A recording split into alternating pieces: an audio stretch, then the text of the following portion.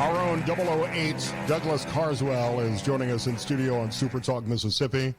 Scott Sands in for Richard Cross. Douglas is with the Mississippi Center for Public Policy. Great to see you again. Good morning, Mr. Bond. How are you? I think I would be Q in this particular case. Good. Great. Good to see you again. Let's start with the elections taking place today. Polls are now open, and I'd like to ask everybody who goes to vote today, shoot me a text on the C Spire text line. Let me know how many people were there, if you had any problems, what your voting experience was like. 601-879-4395. Important elections. Everything starts at the local level, and some of the biggest cities in the state today will be choosing a new mayor to move forward.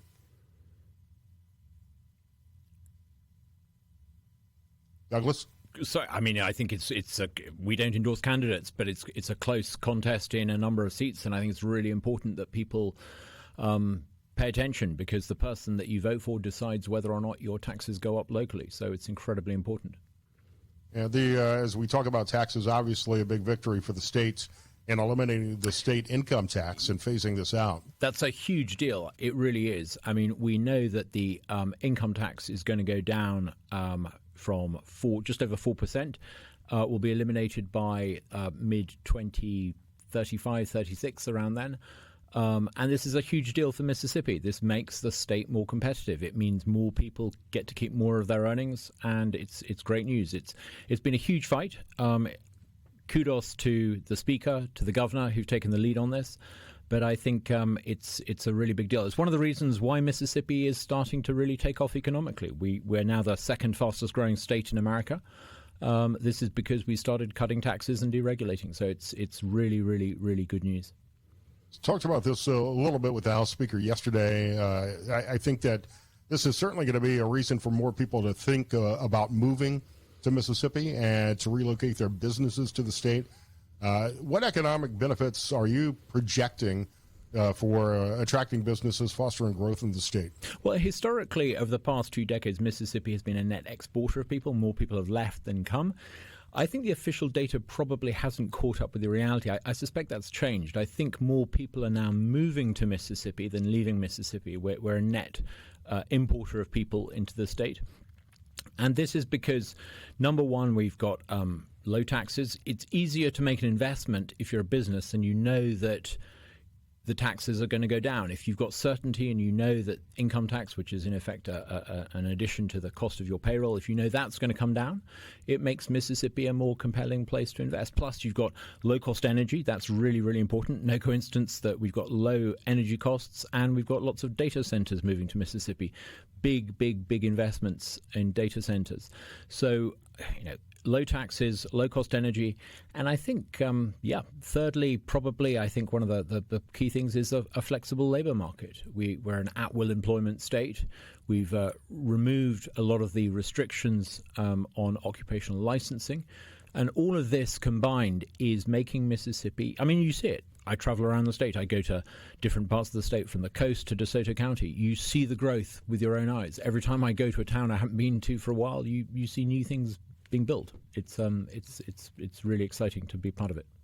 And we've got some great restaurants across the state too. I think the elimination at a federal level of no tax on tips, no tax on overtime will also benefit the service industry in the state. It will. I suspect there'll probably be some unintended consequences. I suspect an awful lot of people will suddenly claim that their remuneration is a tip.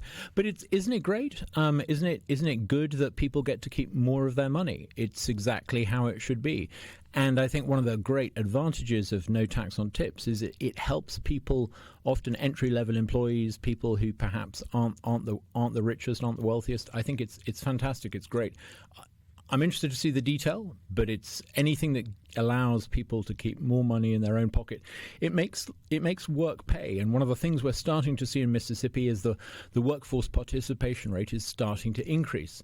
We historically have had one of the lowest rates of labor participation. That's basically a lot of people in Mississippi who could work are not working. That's beginning to change. And things like no tax on tips will really help that.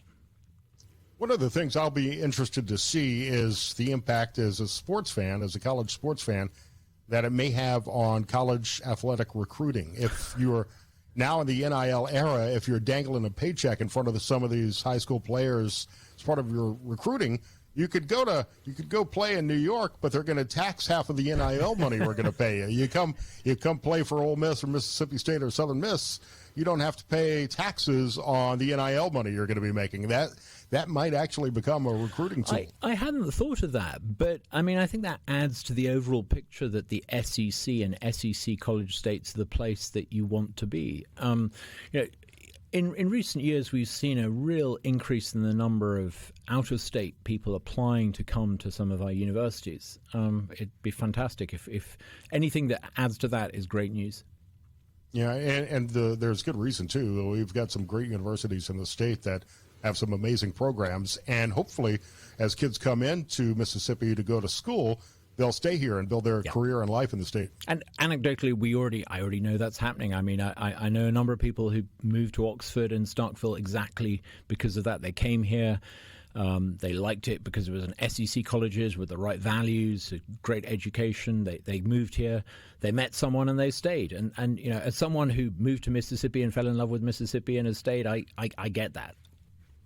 So I've talked about the comparisons of eliminating the state income tax to other states that have done it, like Texas and Tennessee. Have we learned anything from their experience so far?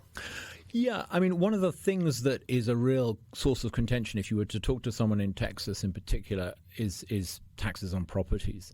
People in Texas will tell you that they've had to have increases in taxes on properties, and I think we've got to be careful that we don't, once we eliminate the income tax, put all the burden onto property taxes. Because obviously, if you've got high property taxes, in a sense, you don't really own your property. If you're liable to pay a large amount of money on it every year, you're in effect leasing it, aren't you? So I think we've got to make sure that as we phase out the income tax, the burden is, number one, light, because we keep government small, and that's what was so encouraging about the recent budget that was set in the Capitol. But also, I think we need to make sure that we put the burden of taxation onto consumption. The more you consume, the more tax you should pay. Make sure it doesn't fall on property. And I think property taxes is a bone of contention around the country. I mean, I don't directly pay property taxes. I lease my apartment, but the building owner is getting those increased property taxes and passing it along to the residents. Yeah. So it's something, it's an effect we all feel regardless of where we live. On the C Spire text line, Douglas, somebody asking about or commenting on the elimination of the state income tax, saying it's really only pennies over 10 years. Is that a valid criticism of this move? I disagree. I mean, 4% sounds small, but that's one in every $25. If you earn $25 and you're allowed to keep one of them that you were otherwise having to give to the state government of Mississippi, I think that's a big deal. There are other taxes that are burdensome, but it's good to see Mississippi removing taxes on income. One in $25 is significant. So if we're going to kill the income tax, we don't want to see property taxes go up. Yep. How can the state protect its budget, which we can get into in a second as well, from revenue shortfalls? Well, one of our priorities has got to be to set a spending cap, because until this budget, Mississippi's just passed the first properly conservative budget, I think, in a number of years. Until this year, the spending increase had exceeded inflation and any change in population. So the politicians had been spending more and more of your money. And although we had a surplus, they were steadily eating into that surplus. This budget is the first time that they've really restrained spending. And it's no coincidence that they set the budget openly, and as the speaker insisted, they came back and did it properly. It wasn't done behind closed doors on a weekend. It wasn't done by the good old boy system. It was done openly and democratically. And as a result of that, no coincidence, politicians have been more careful with your money. The increase in spending was in line with inflation, maybe slightly below inflation.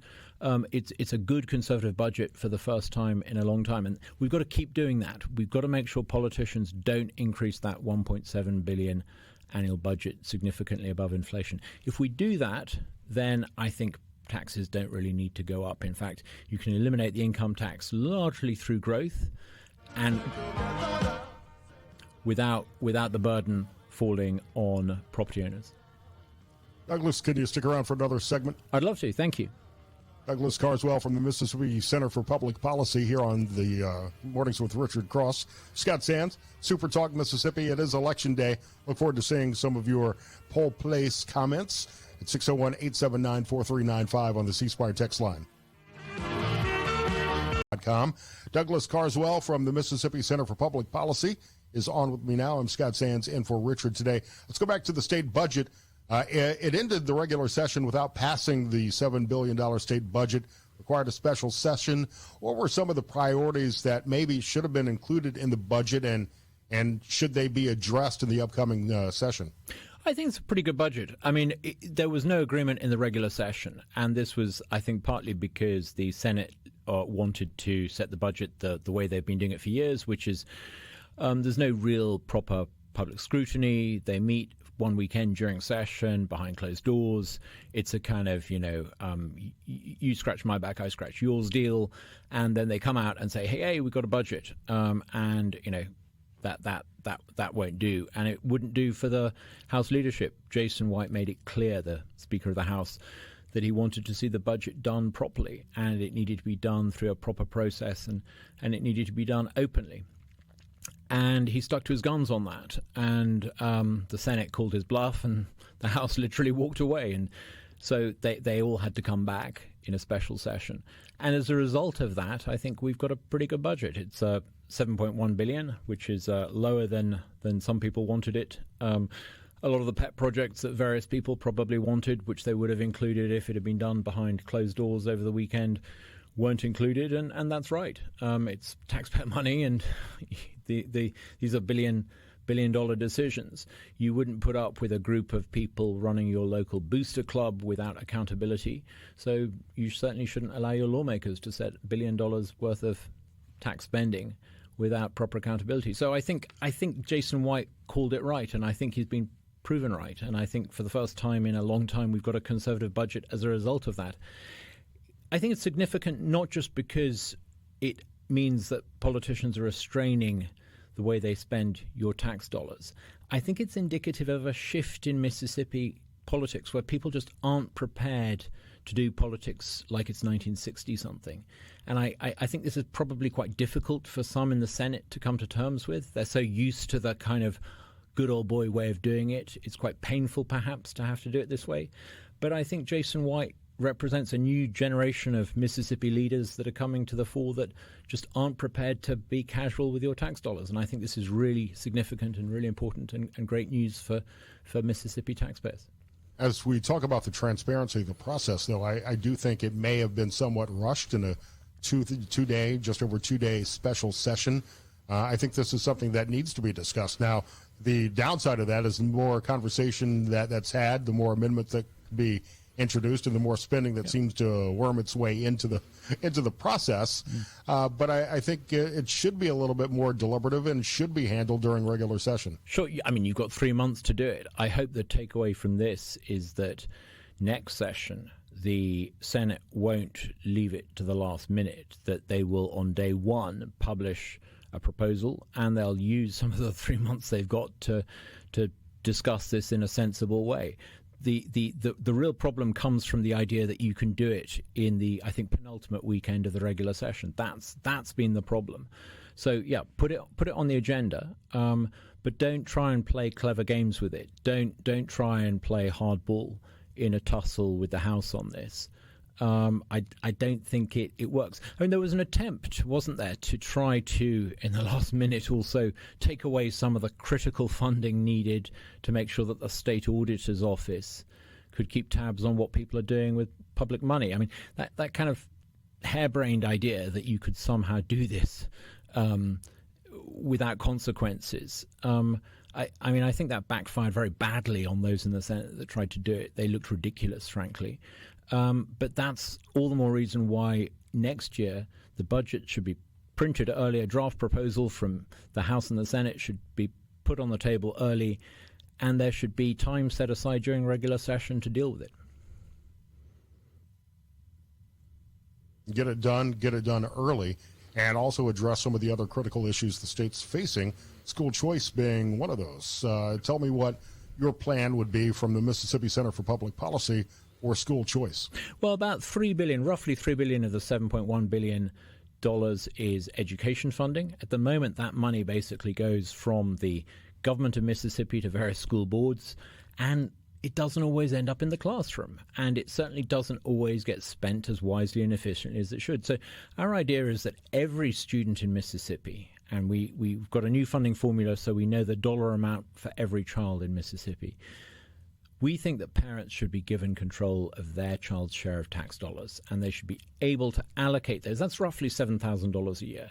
That $7,000 a year should be put into a bank account called an ESA, an education savings account, and we think that families should be allowed to then spend that $7,000 at a school that they want. If you're happy with the public school where your child goes, great, fantastic, stay there. That's not a problem. You can. It'll still be there. If, on the other hand, you want to spend a portion of that $7,000 on something slightly different, you want your child to, I don't know, learn Spanish rather than French or whatever it is, you can use a bit of that. If, on the other hand, you want to take your child and use that money to go to a private school, we think you should be able to do it, or a charter school, you should be able to do it.